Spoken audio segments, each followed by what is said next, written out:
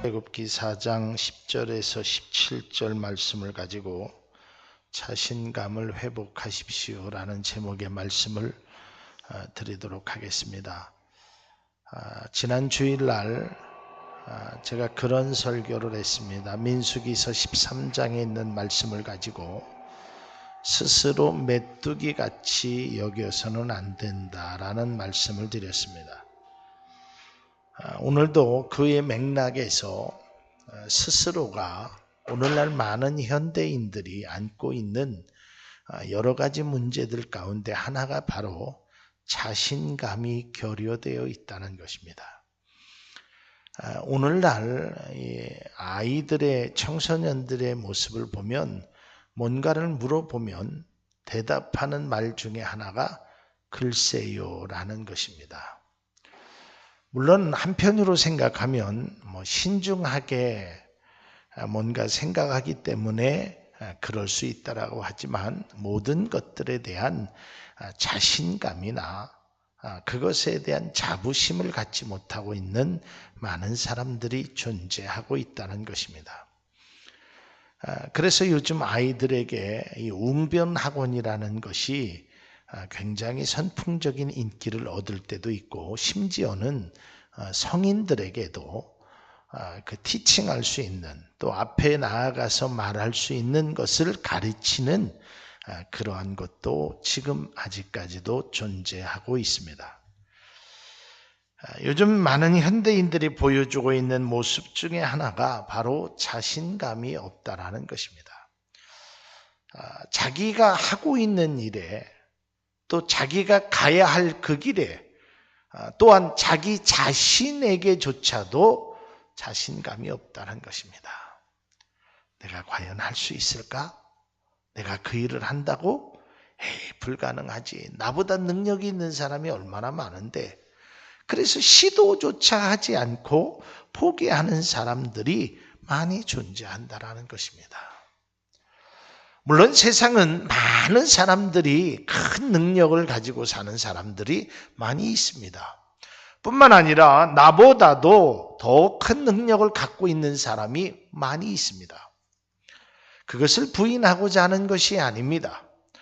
그렇다고 해서 그 사람이 많은 능력을 가졌다고 해서 큰 물질을 가졌다고 해서 내가 스스로 내 자신에게 열등감을 가져서는 안 된다는 것입니다. 나는 나로서의 중요한 것이 있는 것입니다. 이따 뒤에도 말씀드리겠지만 나는 나로서의 분명한 가치가 있음을 우리는 알아야 하는 것입니다. 우리가 볼 때는 정말 하나도 부족함이 없는 사람들이 많습니다. 학력도 그렇고 얼굴 외모도 그렇고 능력도 그렇고 직업도 그렇고 근데 그 사람 스스로가 자기 자신에 대해서 어떤 생각을 갖냐면 나는 연약하다라고 나는 아직도 부족하다라는 생각 속에 살아가고 있다라는 것입니다. 나의 나된 것 또한 내가 왜 이 시간에 여기에 존재하는 것 또 내가 하는 일에 내가 어떠한 일을 행해야 하는가에 대한 분명한 정체성이 분명한 자신감이 우리에게 있어야 되는 것입니다. 과거에는 부모님들이 물론 그 당시에는 농촌 사회가 우리나라에 많이 있어서 아이들을 키울 때 아이들을 그냥 좀 심하게 말하면 방치해 두었습니다. 가서 놀고 싶으면 놀고 흙을 만지고 아이들이 그렇게 방치되어서 놀았습니다. 그리고 여기 계신 분들 다 경험해 봤겠지만 초등학교 1학년 들어가면 가슴에 명찰을 답니다. 근데 명찰 밑에 꼭 이렇게 손수건을 하나 이렇게 하고 있죠. 왜냐하면 1학년, 2학년 아이가 누런 코를 이렇게 흘리고 그것을 입으로도 먹기도 하고 빨아먹기도 하고 그런 일들이 많이 있었습니다. 근데 요즘 아이들 보십시오. 1학년 아이는 고사하고 4살, 5살 된 아이들도 코를 흘리는 아이들이 없어요. 그러니까 외형적으로 보면 아주 굉장히 성숙해 있습니다. 의학적으로 보면 이게 건강의 밸런스가 잘 안 맞았기 때문에 이게 코를 좀 흘린다고 합니다. 어쨌든 외모로 보면 과거의 1학년과 지금의 1학년의 아이들은 이건 뭐 비교할 수가 없습니다. 제가 1학년 때도 한글을 잘 몰랐습니다. 그래서 우리가 학교 들어가면 아버지, 어머니 뭐 이런 것 배웠는데 요즘 아이들은 1학년 들어가기 훨씬 전서부터 다 한글을 깨우칩니다. 능력도 훨씬 많습니다. 그리고 요즘 부모님들은 과거에 그렇게 방치시켜 놓은 것이 아니라 아주 어렸을 때부터 영어로 유치원을 보내고, 난 깜짝 놀랐어요. 서울의 강남의 영어 유치원이 한 달에 영어 유치원 5살, 6살 가는 아이들이 한 1년에 수강료가 2천만 원이래. 2천만 원. 그렇게 아이들에게 투자를 많이 합니다. 그러니까 과거에 우리들이 자랐을 때하고 지금의 아이들은 이건 뭐 상대적으로 비교할래 할 수 없는, 이건 뭐 큰 격차를 가지고 있어요. 근데 문제는 요즘 아이들이 똑똑하고 이쁘고 건강하고 좋은 부모를 만나고 힘도 있고 능력도 있지만 과거에 우리가 자랐을 때 그 어린아이들 같은 패기와 자신감이 없다는 거예요. 뭔가를 혼자 할 수가 없어요. 저는 초등학교 때 집에 들어와서 그냥 뭐 밥 같은 거 있으면 콩도 볶아서 먹고 그냥 먹는 거 내가 알아서, 그냥 우리 부모님 너 알아서 먹어라, 먹기 싫으면 먹지 말고, 그럼 다 알아서 찾아 먹었어요. 요즘 아이들은요 그런 거 하지 않습니다. 또한 요즘 아이들은 부모님에게 의존도가 훨씬 더 높습니다. 과거하고는 비교할 수 없습니다. 자, 그러면 우리가 한번 생각해 보십시오. 능력도 더 많이 갖고 있는데, 좋은 배경도 갖고 있고 좋은 지식도 갖고 있고 좋은 부모도 있음에도 불구하고 왜 예전과 같은 모습이 나타나지 않느냐라는 거예요. 자신감이 없는 것입니다. 무엇에 대한 자신감이 없냐면 자기 자신에 대한 자신감이 없는 것입니다. 또한 세상을 향하여 나아갈 자신감이 결여되어 있는 것입니다. 대학 들어가는 것까지 다 부모가 쫓아가서 원서 쓰는 것까지 다 부모님이 해주고 뒷바라지 해주고 있습니다. 이게 오늘날 우리 젊은이들의 모습입니다. 그러니까 스스로 아주 나약해져서 뭔가를 결정하지 못합니다. 뿐만 아니라 자기 자신의 무기력함 때문에, 자기 자신의 패배의식 때문에, 자기의 불신 때문에 때로는 세상을 등지고 살아가는 열등감과 우울증에 살아가는 사람들이 오늘날 얼마나 많이 존재하는지 모릅니다. 여러분은 어떠십니까? 사랑하는 성도 여러분, 여러분들이 가지고 있는 능력이 없다고 해서 때로는 자신감마저 상실하고 있지는 않으냐 이 말입니다. 물론 능력이 있으면 자신감이 붙을 수 있는 조건은 될 수 있습니다. 그러나 그 능력이 자신감이 될 수 있는 것은 아니라는 것입니다. 내가 능력이 없어도, 내가 힘이 없어도 나는 할 수 있다, 내가 이것을 통하여 이겨내겠다는 그 자신감은 능력만 꼭 있다고 해서 되는 것은 결코 아니라는 것입니다. 여러분, 오늘날 보십시오.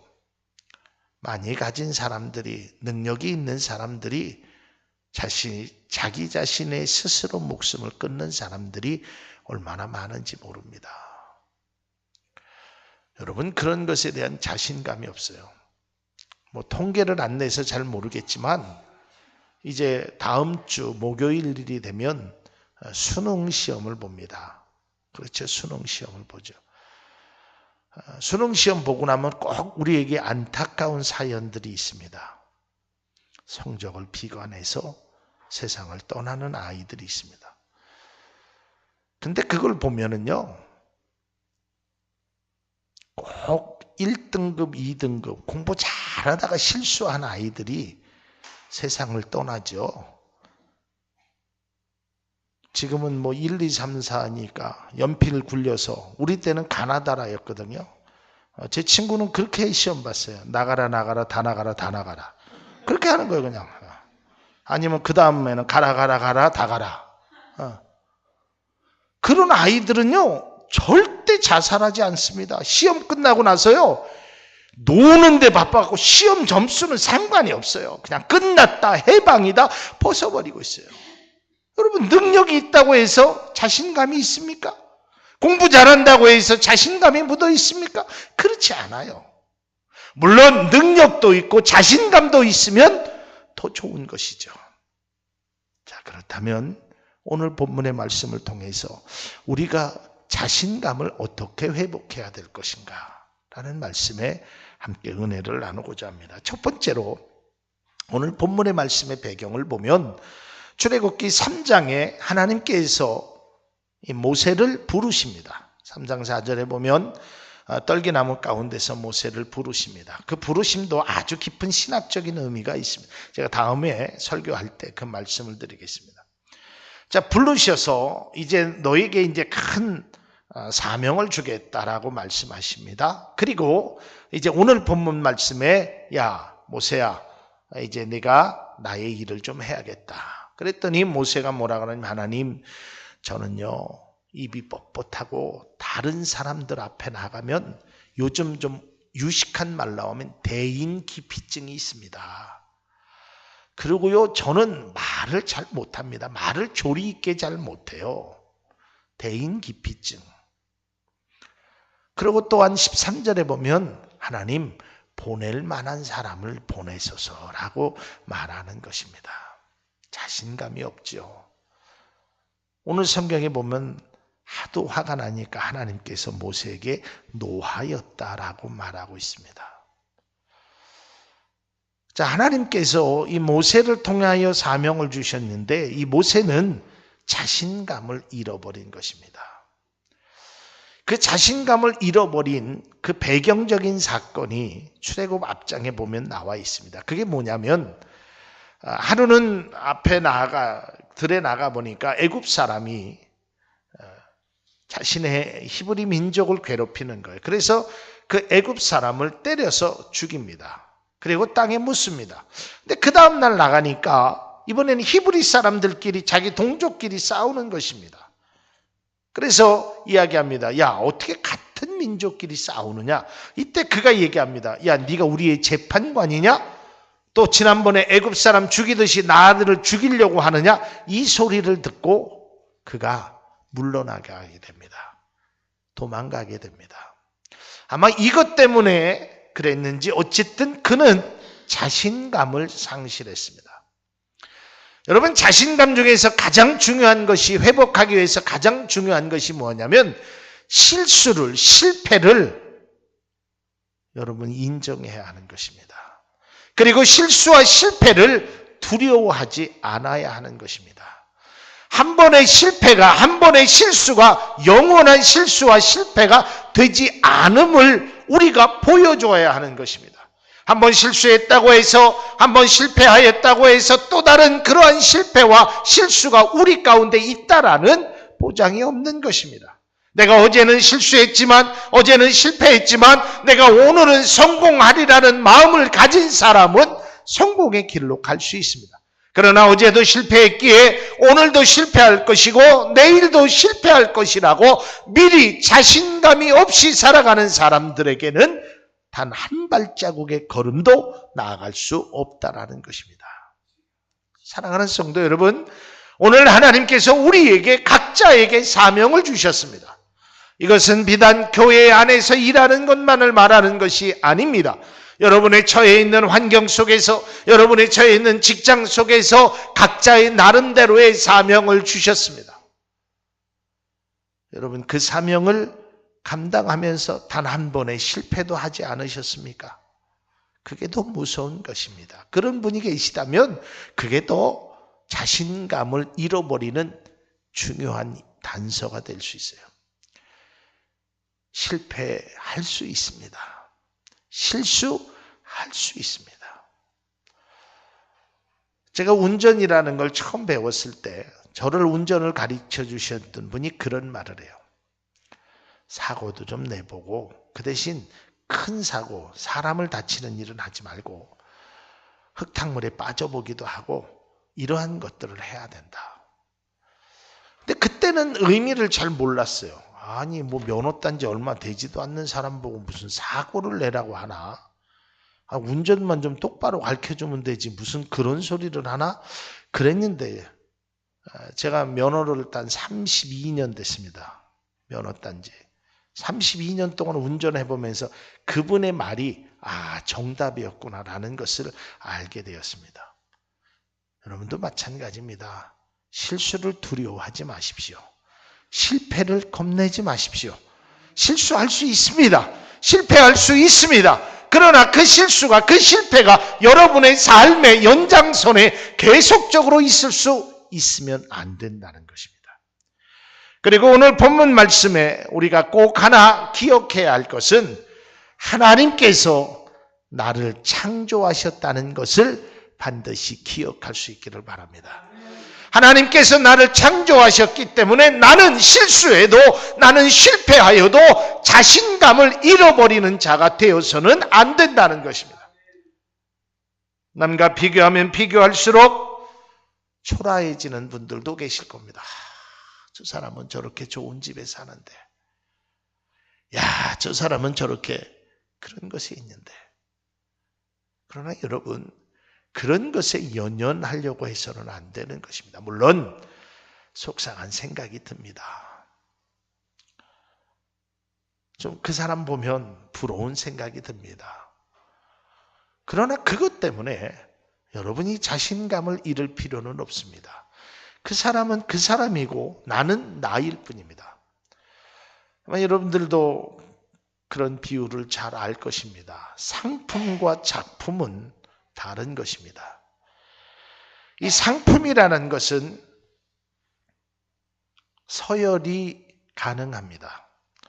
예를 들어서 이러한 상품이 이 손수건이 1,000원짜리라고 칩시다. 뭐 면이 몇 프로 들고 이거보다 더 좋은 손수건이 있을 겁니다. 가방도 마찬가지입니다. 그래서 이 상품 자체는 비교가 가능합니다. 이것보다 저게 더 좋은 것. 물론 돈이 비싸다고 해서 다 좋은 것이라는 얘기는 아닙니다. 어쨌든 비교가 가능합니다. A라는 회사 거보다 B라는 회사 게 훨씬 더 좋다. 이건 가능합니다. 이건 많은 사람들의 입에서 또한 써본 결과로 나와지는 것입니다. 그래서 여러분들 인터넷에서 물건을 구입해 보면 거기에 그렇게 되어 있습니다. 가격순, 그 다음에 인기도순. 그래서 이걸 서열화시킬 수 있습니다. 그런데 여러분 작품은 결코 서열화가 되지 않는다는 것을 아셔야 됩니다. 하이든이라는 그 유명한 작곡가가 쓴 그것과 모차르트가 쓴 그 작곡이 어느 것이 더 좋은 것입니까? 미켈란젤로가 그린 그림과 레오나르도 다빈치가 그린 그림과 한국의 신윤복 씨가 그린 그 소를 그린 것과 어떻게 비교가 되겠습니까? 이건 비교할 수 없는 것입니다. 그러니까 여러분들이 꼭 생각해야 될 것은 저 사람이 가지고 있는 능력이 남다를 뿐이지 그것과 나의 삶을 비교하면 안 되는 것입니다.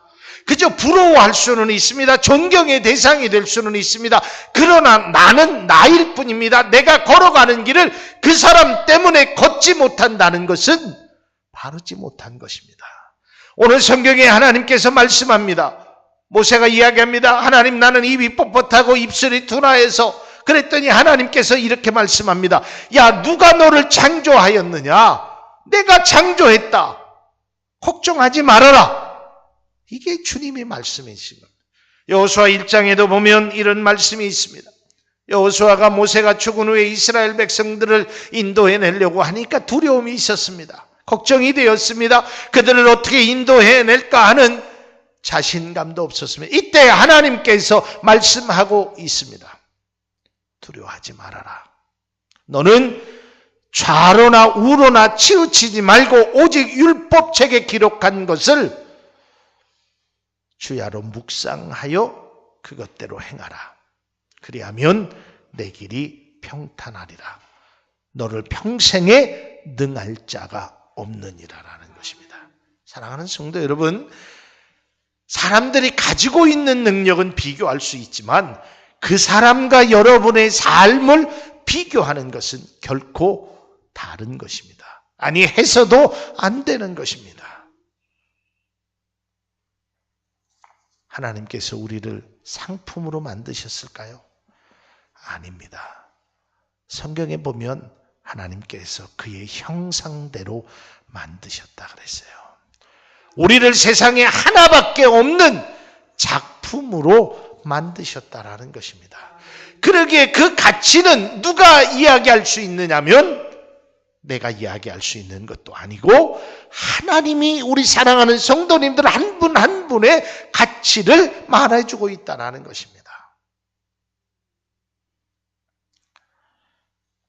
에베소서 2장 10절에 보면 우리는 그의 만드신 바라라고 말하고 있습니다. 여기서 만드신이라는 뜻은 걸작품이라는 뜻을 가지고 있습니다. 그러니까 하나님께서 한 영혼 한 영혼을 불러주시고 만드신 것에 대해서 걸작품으로 만들어주셨다는 것입니다. 어떤 걸작품에는 30평짜리 아파트에 살지만 어떤 걸작품은 5평짜리 아파트에 혼자 살 수도 있습니다. 30평과 5평의 상품으로는 비교할 수 있고 물질로는 비교할 수 있지만 30평에 사는 사람이라고 해서 5평에 사는 사람과 결코 다른 것이 하나도 없다라는 것입니다. 이게 우리 마음 가운데 있어지기를 주님의 이름으로 축복합니다. 여러분 자신감을 회복하십시오. 왜 자꾸 안 된다고 하십니까? 왜 자꾸 못한다고 하십니까? 왜 자꾸 입술에 부정을 하십니까? 할 수 있습니다. 하면 되는 것입니다. 우리의 한계에서 우리의 능력에서 행할 수 있는 일이 있다는 것입니다. 오늘날 모든 사람들이 자신이 가지고 있는 능력의 몇 프로나 사용한다라고 생각하십니까? 10%도 사용하지 못하고 있습니다. 그 10%도 사용하지 못하는 그 두뇌를 가지고 누가 똑똑하고 누가 잘났고 누가 못났다는 것은 세상의 기준이지 하나님의 기준은 결코 그런 것이 아니라는 것입니다. 여러분들도 다 자녀를 길러서 아실 겁니다. 내 자녀가 아무리 못났어도 아무리 못 배웠어도 아무리 능력이 없어도 다른 사람들에게 손가락질 당하고 다른 사람들에게 앞에서 주눅든 모습을 보면 부모의 입장에서는 참 속상할 때가 이를 데 없습니다. 부모님이 뭐라고 얘기하십니까? 내가 너를 얼마나 귀하게 생각하고 얼마나 귀한 존재로 너를 내 뱃속에서 있을 때 생각하고 너를 세상에서 키웠는데 그런 자신감이 결여된 모습을 볼 때 부모의 마음이 어떠하냐 이 말이에요. 사랑하는 성도 여러분, 여러분들 가운데 어떠한 일에 실수와 실패를 하였다고 해서 그 일을 다시 안 하는 자신감 없는 모습이 없어지길 바랍니다. 실수했어도 실패했어도 행하는 것입니다. 다시 행하는 것입니다. 다시 일어나는 것입니다. 여러분 한번 생각해 보십시오. 어린아이가 아장아장 걸을 때 얼마나 넘어집니까? 넘어졌다고 해서 걷기를 포기한다면 그 어린아이는 걷지 못할 것입니다. 어린아이가 말을 할 때 얼마나 큰 실수를 많이 합니까?